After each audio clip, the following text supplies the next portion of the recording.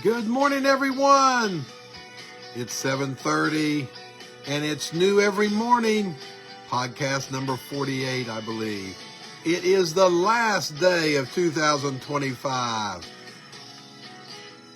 What are we going to talk about today?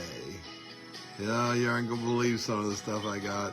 Well, you are going to believe it because I'm bringing it to you, and you know that I bring you only the truth.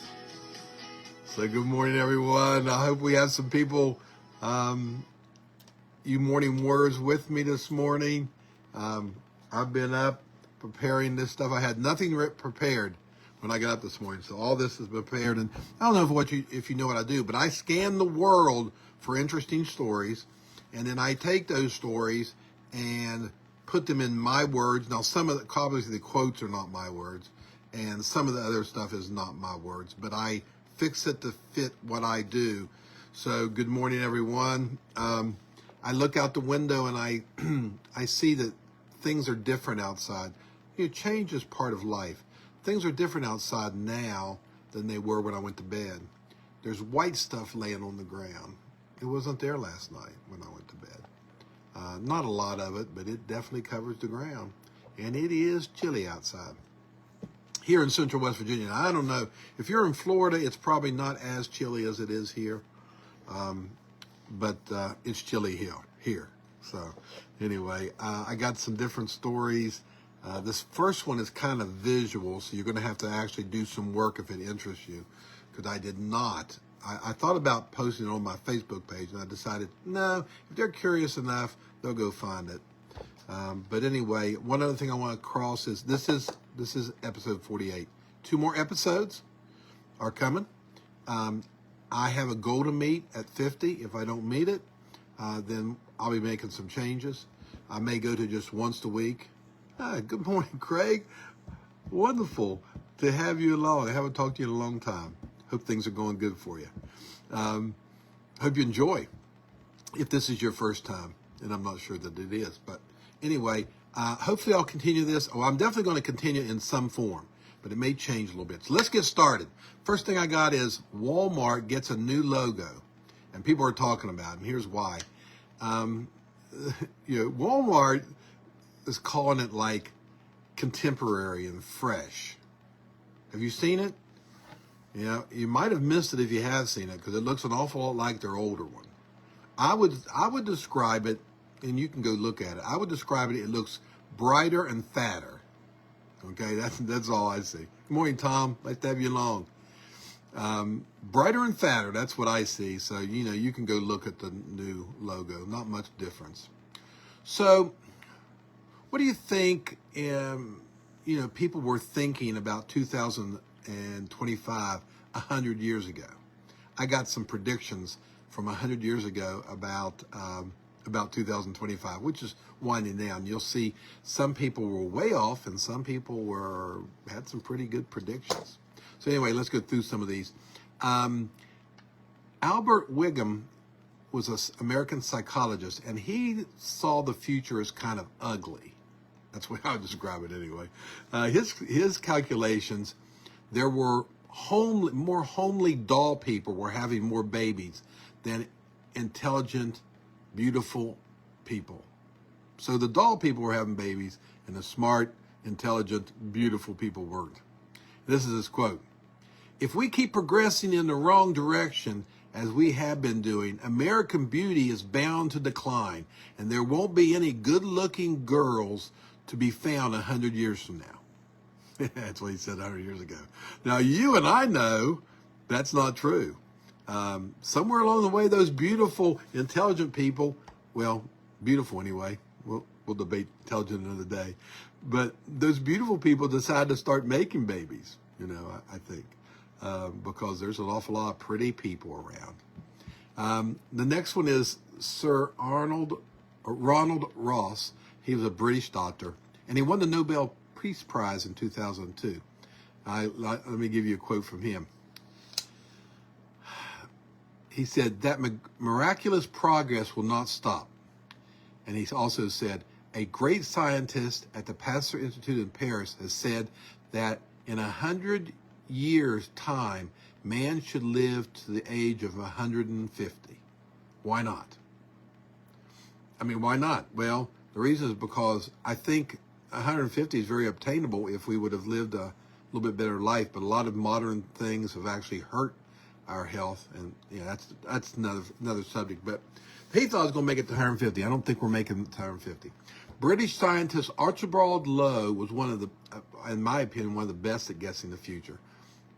Listen to some of the things, and this is not a quote, this is just some things I took. But he said he expected the 24th century to offer, 2025, to offer television machines, breakfast tubes, automatic sleep beds, ready for this one, wireless banking, which 100 years ago, I mean, that's really looking to the future, moving sidewalks, which we now have, and one-piece suits made of artificial felt. Because back then everything was made like of cotton and wool and stuff. So he wrote a book in 2025 called The Future. Not familiar with that book, but it might be an interesting read. He also thought that, this is kind of interesting, house and public clocks and even watches will be synchronized by signals sent out several times daily, and we shall then know the right time instead of finding a variation of minutes all over a city, all over a small city. Because back then there was none of that going on. Of course, now if you have an Apple phone, if you have any phone, you know precisely what time it is through this system that he was talking about. So I thought that was pretty cool. Good morning, Donna. Professor Lowell Reed crunched the numbers. That's what he does. And he said things don't look good. He warned that the United States would face a food shortage in 100 years. So now, once again, we're thinking about these guys are talking from 100 years ago. He predicted the U.S. population would reach 200 million by 2025. Well, he was a little off. It's now at 345 million, give or take. In 1925, it was 115 million. So he was thinking in 100 years it would almost double. Boy, he was off on that. But Reed also said the nation would find new sources of food to feed all those mouths. That's what that's what he said. Here's a quote that he gave in a speech. This new food supply must be either found in the tropics or provided by processes for making artificial food from organic substances. That was pretty good, because we definitely have a lot of tropical food here now that apparently they didn't have 100 years ago much at all. But we get all kinds of stuff from those kind of places. And of course, we're also making artificial food, or at least his version of what I would call artificial food. Processed food, big time processed food, which is what he didn't know he was talking about, but he is. And he also said the latter would not be practical unless the cost of chemical processes were rendered much cheaper than they are at the present, which they did. He probably relieved to know that we have all kinds of tropical food now and lots of processed food. I don't know if that's a good thing, but it's a thing. Dr. A.R. Wirtz, a professor of Lutheran Theology Seminary in Gettysburg, Pennsylvania, anticipated these changes in 100 years. He said there would be a substitute for sleep would be found. I think we've found that in caffeine. I'm not sure that we have a substitute, but anyway. He said chemistry would be used to produce synthetic foods. That is happening. People would use, I love this one. This is my favorite. This may be my favorite of all of these things, okay? Listen to what he said. People would use pocket-sized apparatuses for communications to see and hear each other without being in the same room. Wow, what a concept 100 years ago. A pocket-sized apparatus for communication. That was pretty accurate. We definitely have that. Of course, he didn't even know what to call it, 100 years ago, because, phones were just barely alive. And he also said there would be world peace, a common world currency, and universal free trade. The world peace is a long way from. But anyway, the next guy was, now this is actually from a paper, the Weekly Scotsman. It's a paper published in Edinburgh in Scotland. And these were their prophecies.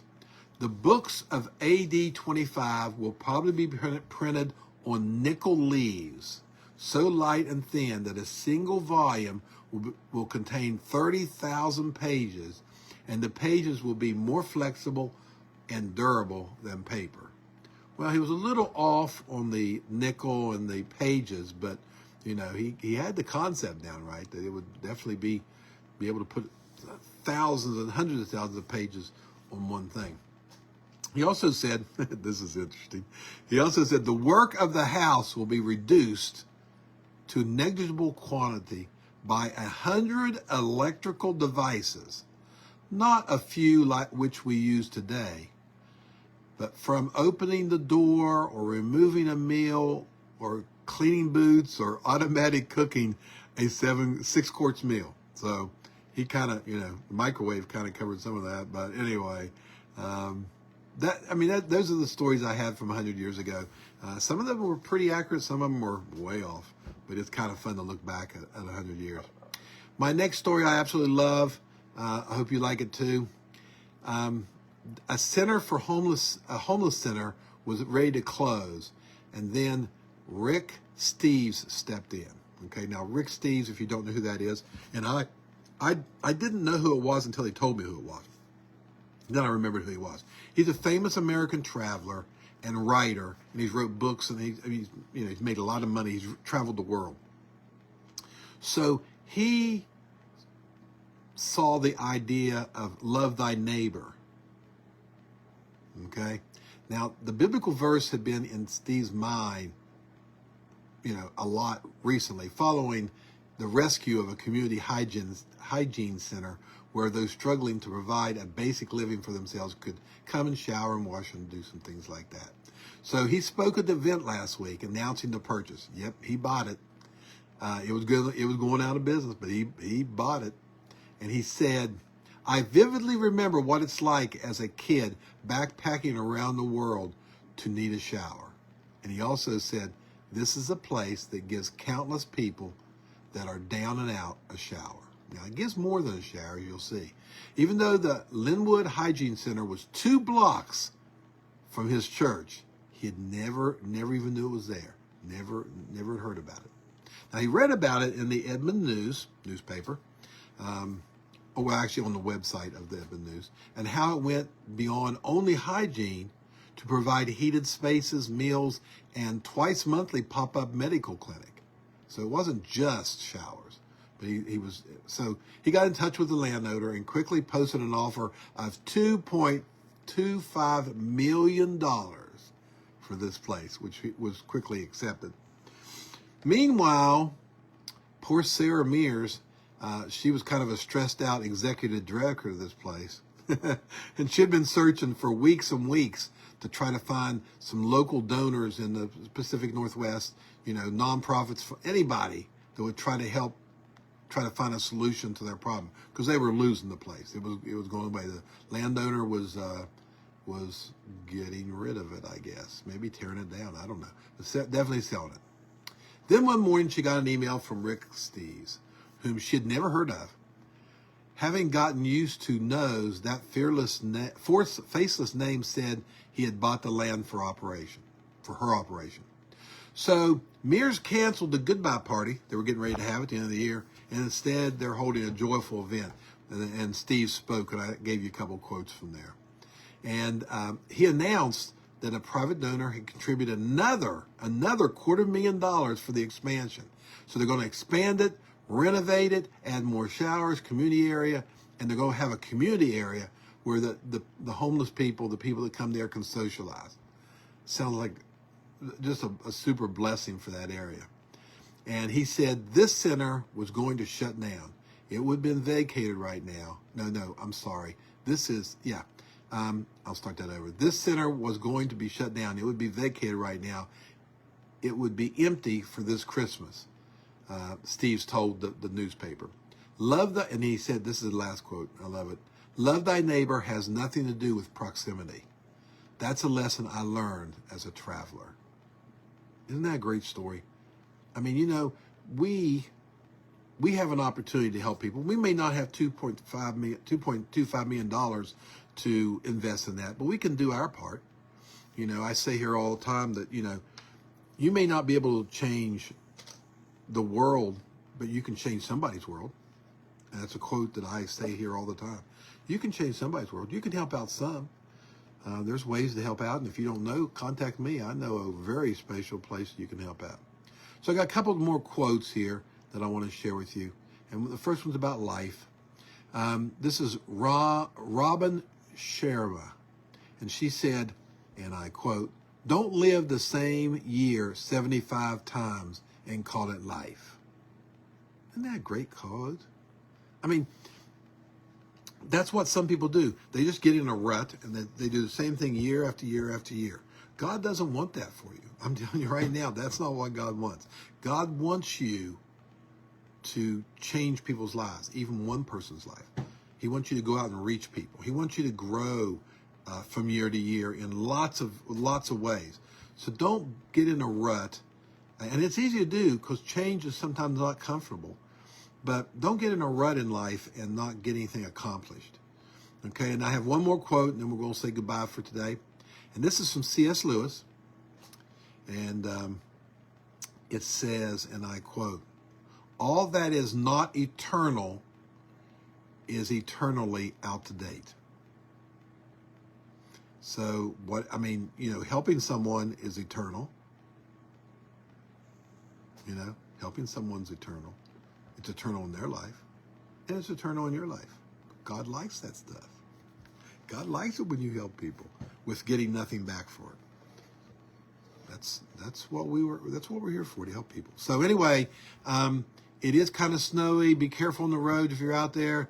I don't know if it's snowing where you are, but it is in Central West Virginia. Have a great, blessed, wonderful day. I will not be here tomorrow because tomorrow is New Year's morning, and I won't be here, but I will get back on Friday to do number 49, which, you know, we're getting really close to 50. Be early next year. Be blessed. Have a great day. I'll see you Friday morning at 7:30 a.m. Bye-bye.